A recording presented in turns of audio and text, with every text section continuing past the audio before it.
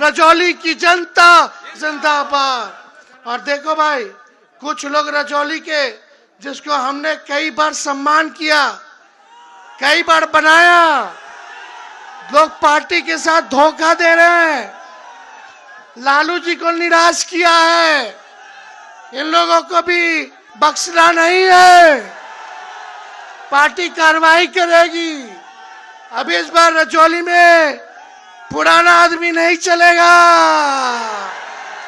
इस बार रजौली में नया उम्मीदवार मिलेगा, यह तेजस्वी का वादा है और इसको हम करके दिखाएंगे। तो उसको सजा मिलना चाहिए कि नहीं मिलना चाहिए? दोनों हाथ उठा के बोलिए। पार्टी है तब ना सब है, एक बार नहीं दो बार बना दिए। और पटिया के खिलाफ जब चुनाव आवेला, पटिया के खिलाफ, तो ऐसा लोगों को अब सबक सिखावे के बाद अब हम लोग माफ नहीं करेंगे। लालू जी का संदेश लेके आए हैं और हम लोगों ने इस बार बड़ा सोच विचार करके हम लोगों ने उम्मीदवार बनाया है। भाजपा हमेशा बाहरिये के टिकट देता है, अब बाहरी वाला एक बार जीत के चला जाता है तो दोबारा नवादा मुड़ के देखता नहीं है।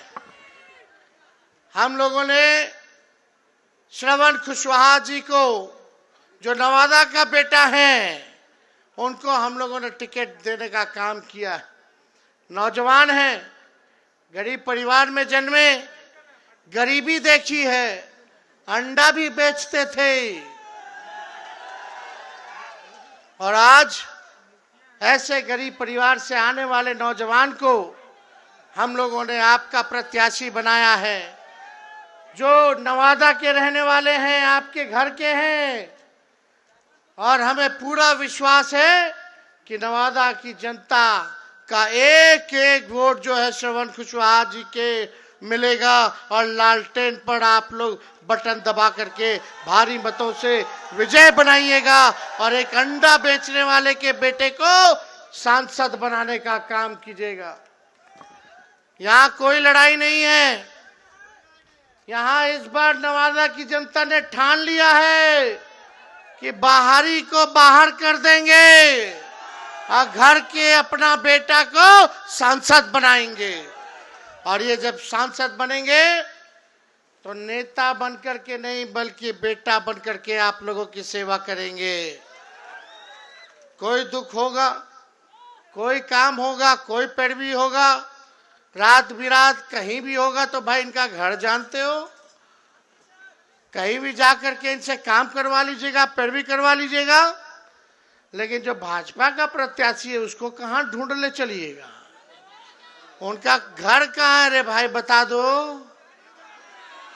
चेहरों देखे हैं, अगर आ गया अकेले चलते चलते तो पहचान लीजिएगा, जब घोषणा हुआ होगा तब ले भाई ढूंढ रहा होगा, बताओ कैसा चेहरा है दिखे में।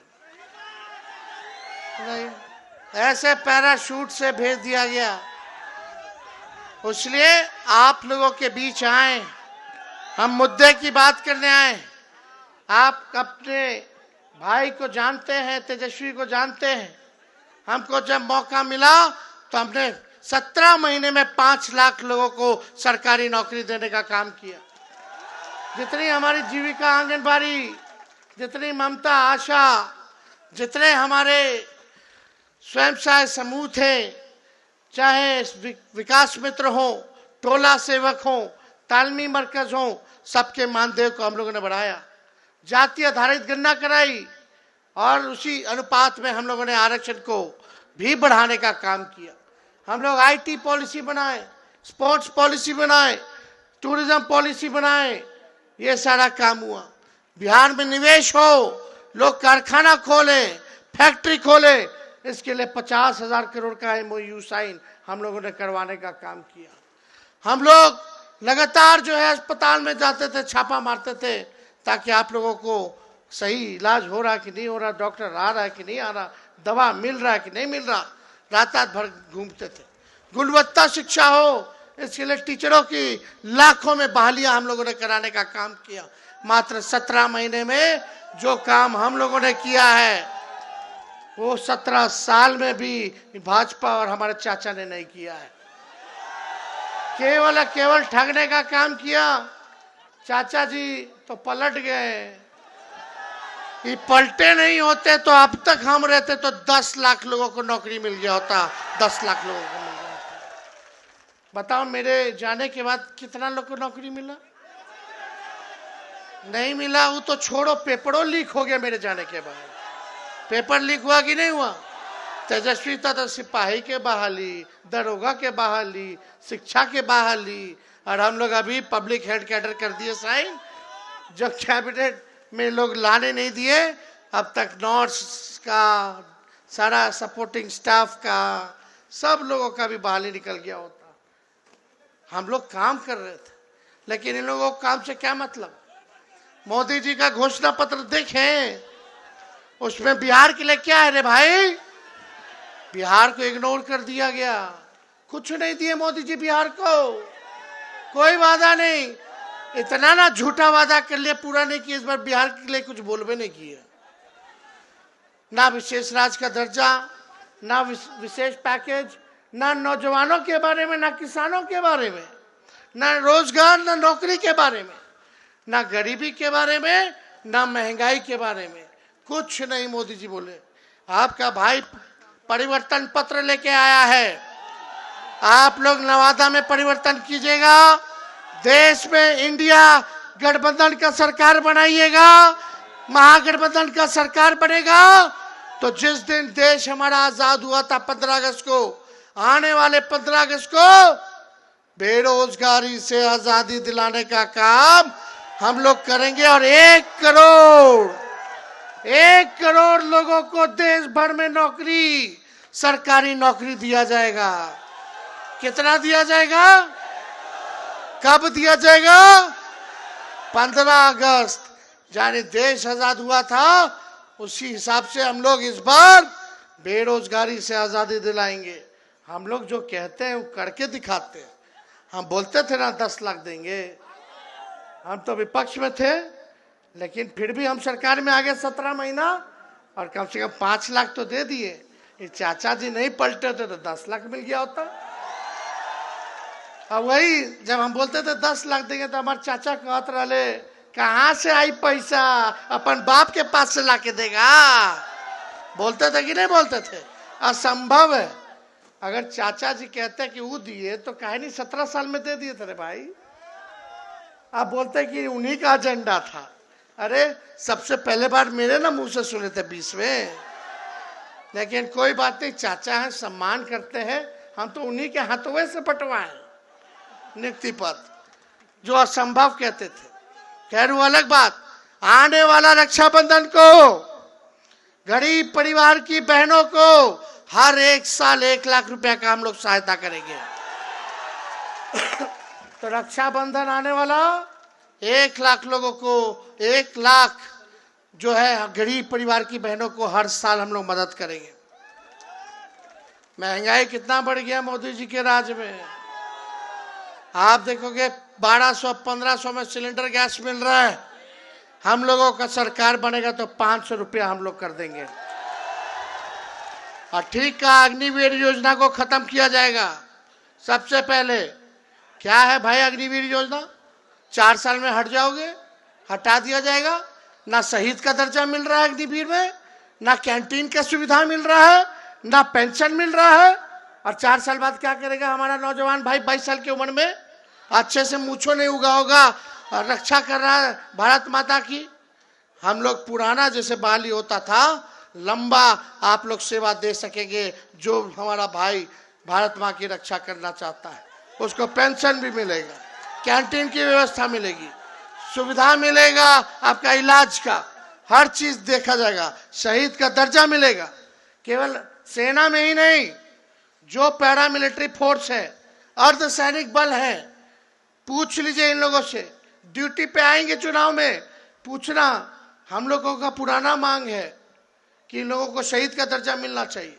जितना पैरामिलिट्री फोर्स है, सीआरपीएफ हो गया, सीआईएसएफ हो गया, आईटीबीपी के लोग हो गए, इनसे पूछना कि शहीद का दर्जा मिलता है। जब ड्यूटी पे लोग शहीद होता है तो नहीं मिलता है।